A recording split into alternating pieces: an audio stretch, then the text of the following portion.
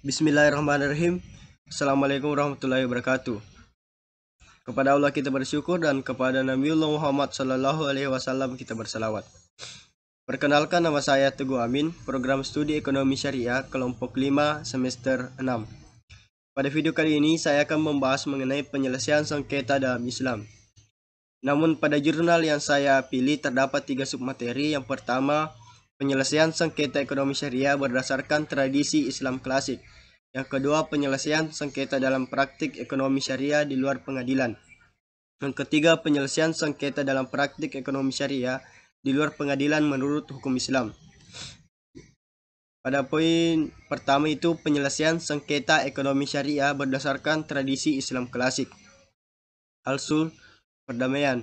Secara bahasa, sulh berarti meredam pertikaian. Sedangkan menurut istilah, sulh berarti suatu jenis akad atau perjanjian untuk mengakhiri perselisihan atau pertengkaran antara dua pihak yang bersengketa secara damai. Menyelesaikan sengketa berdasarkan perdamaian untuk mengakhiri suatu perkara sangat dianjurkan oleh Allah Subhanahu wa taala, sebagaimana tersebut dalam surah Al-Hujurat ayat 10 yang berbunyi, A'udzubillahi minasyaitonirrajim, Bismillahirrahmanirrahim. Innamal mu'minuna ikhwatun waslihu baina akhwaikum wattaqullaha la'allakum turhamun. Artinya, sesungguhnya orang-orang mukmin itu bersaudara, karena itu damaikanlah antara kedua saudaramu yang berselisih dan bertakwalah kepada Allah agar kamu mendapat rahmat.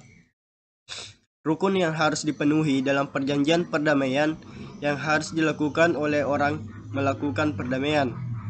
Pertama itu ijab, yang kedua qabul, yang ketiga lafaz dari perjanjian damai tersebut.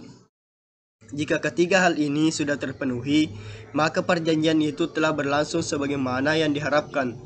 Dari perjanjian damai itu lahir suatu ikatan hukum yang masing-masing pihak berkewajiban untuk melaksanakannya.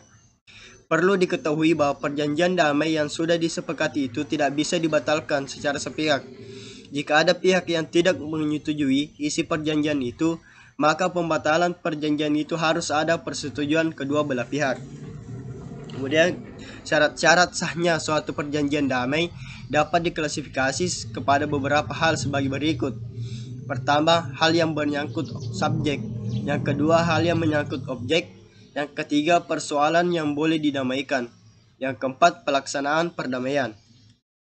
Kemudian poin kedua, tahkim, arbitrase. Dalam perspektif Islam, arbitrase dapat dipadankan dengan istilah tahkim. Tahkim sendiri berasal dari kata hakama.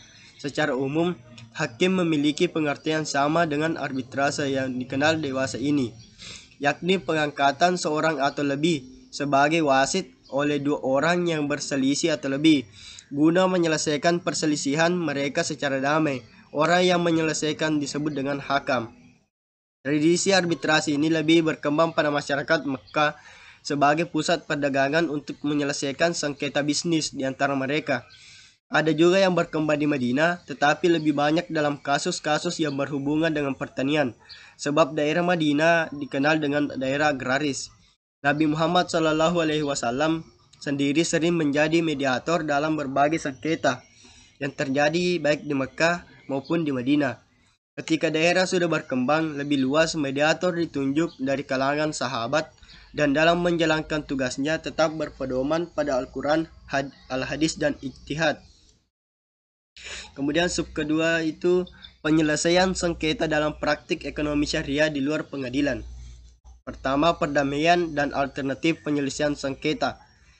Konsep sulh perdamaian sebagaimana yang disebut dalam berbagai kitab fikih merupakan doktrin utama hukum Islam dalam bidang muamalah untuk menyelesaikan suatu sengketa, dan ini sudah merupakan condition sine qua non dalam kehidupan masyarakat manapun, karena pada hakikatnya perdamaian bukanlah suatu peranata positif belaka, melainkan berupa fitrah dari manusia. Segenap manusia menginginkan seluruh aspek kehidupannya nyaman, tidak ada yang mengganggu, tidak ingin dimusuhi, ingin damai dan tentram dalam segala aspek kehidupan. Dengan demikian, institusi perdamaian adalah bagian dari kehidupan manusia.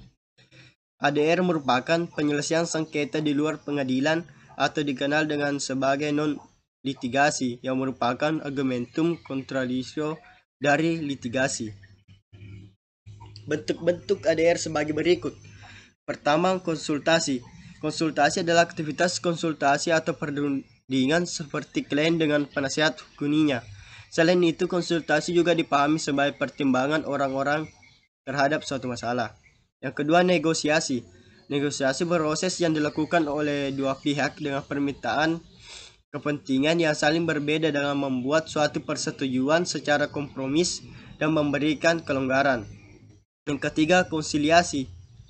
Konsiliasi adalah penciptaan penyelesaian pendapat dan penyelesaian suatu sengketa dengan suasana persahabatan dan tanpa ada rasa permusuhan yang dilakukan di pengadilan sebelum dimulainya persidangan dengan maksud untuk menghindari proses litigasi. Yang keempat, pendapat atau penilaian ahli. Para pihak dalam suatu perjanjian berhak untuk memohon pendapat yang mengikat dari lembaga arbitrase atas hubungan hukum tertentu dari suatu perjanjian. Arbitrase tahkim. Biasanya dalam kontrak bisnis sudah disepakati dalam kontrak yang dibuatnya untuk menyelesaikan sengketa yang terjadi di kemudian hari di antara mereka. Usaha penyelesaian sengketa dapat diserahkan kepada forum-forum tertentu sesuai dengan kesepakatan. Ada yang langsung ke lembaga pengadilan atau ada juga yang melalui lembaga di luar pengadilan, yaitu arbitrase, choice of forum, choice of jurisdiction. Di samping itu, dalam klausul yang dibuat oleh para pihak ditentukan pula hukum mana yang disepakati untuk dipergunakan apabila di kemudian hari terjadi sengketa di antara mereka, choice of law. Di Indonesia sendiri terdapat beberapa lembaga arbitrase untuk menyelesaikan berbagai sengketa bisnis yang terjadi dalam lalu lintas perdagangan, antara lain yang pertama BAMUI, Badan Arbitrase Muamalat Indonesia, yang khusus menangani masalah persengketaan dalam bisnis Islam. Yang kedua itu Basarnas, Badan Arbitrase Syariah Nasional, yang menangani masalah-masalah yang terjadi dalam pelaksanaan bank syariah. Yang ketiga itu BANI, Badan Arbitrase Nasional Indonesia, yang khusus menyelesaikan sengketa bisnis non-Islam. Kemudian terakhir itu atau yang ketiga, penyelesaian sengketa dalam praktik ekonomi syariah di luar pengadilan menurut hukum Islam. Yang pertama itu menurut Al-Quran. Dalam Al-Quran terdapat berbagai ayat yang membahas tentang ekonomi berdasarkan prinsip syariah yang dapat dipergunakan dalam menyelesaikan berbagai masalah ekonomi dan keuangan. Syauqi Al-Fanjadi menyebutkan secara eksplisit ada beberapa ayat, yaitu yang pertama Al-Baqarah ayat 188, 275 dan 279. Kemudian yang kedua Al-Hujurat ayat 9 dan 10. Yang ketiga An-Nisa ayat 5 dan 32. Yang keempat Hud ayat 61 dan 116. Yang kelima Al-Isra ayat 27 dan lain-lain. Kemudian yang kedua itu berdasarkan nas al-hadis, mempergunakan al-hadis sebagai sumber hukum dalam penyelesaian sengketa ekonomi syariah sangat dianjurkan kepada pihak-pihak yang berwenang. Hadis Rasulullah Shallallahu Alaihi Wasallam yang dapat dijadikan rujukan dapat diambil dalam beberapa kitab hadis sebagai berikut. Yang pertama, Sahih Bukhari, Al-Buyu ada 82 hadis, Ijarah ada 24 hadis, As-Salam ada 10 hadis, Al-Hawala ada 9 hadis, Al-Wakala ada 17 hadis, Al-Musara'ah ada 28 hadis, dan Al-Musaqqat ada 29 hadis. Yang kedua, Sahih Muslim ada 115 hadis dalam Al-Bayu. Yang ketiga, Sahih Ibnu Hibban tentang Al-Buyu ada 141 hadis, tentang Al-Ijara ada 38 hadis. Dan keempat, Sunan Abu Daud ada 290 hadis dalam kitab Al-Buyu dan lain-lain. Mungkin itu saja yang sempat saya paparkan pada video kali ini. Lebih dan kurangnya mohon dimaafkan. Wallahul muwaffiq ila aqwamit thariq. Wassalamualaikum warahmatullahi wabarakatuh.